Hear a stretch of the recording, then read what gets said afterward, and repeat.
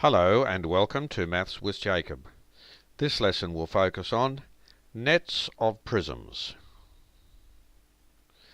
All prisms can be unfolded so that we have a flat shape.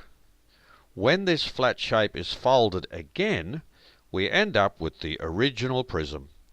The flat shape is called a net. So here is a flat shape of a square prism.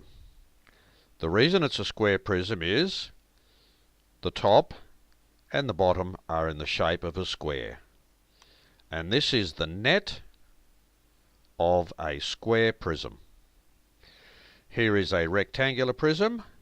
There's a rectangle, there's a rectangle. When all those are folded, it gives you a rectangular prism.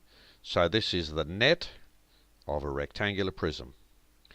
This here is the net of a triangular prism, and you can see the base on the top are in the form of a triangle.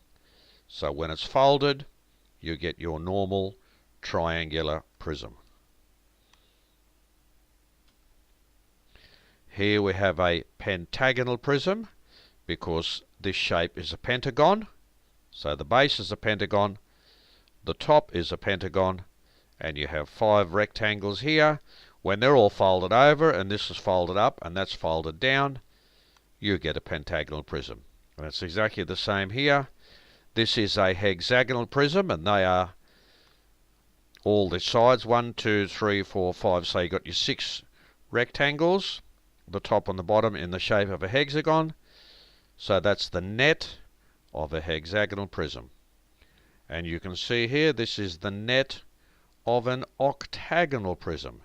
The reason is, this is an 8-sided shape, and so is the base. So here you have 8 rectangles. Here we have a cylinder. Now the net of a cylinder is very straightforward. That's, for example, the base and the top. When they're folded in and these are folded, you get your cylinder.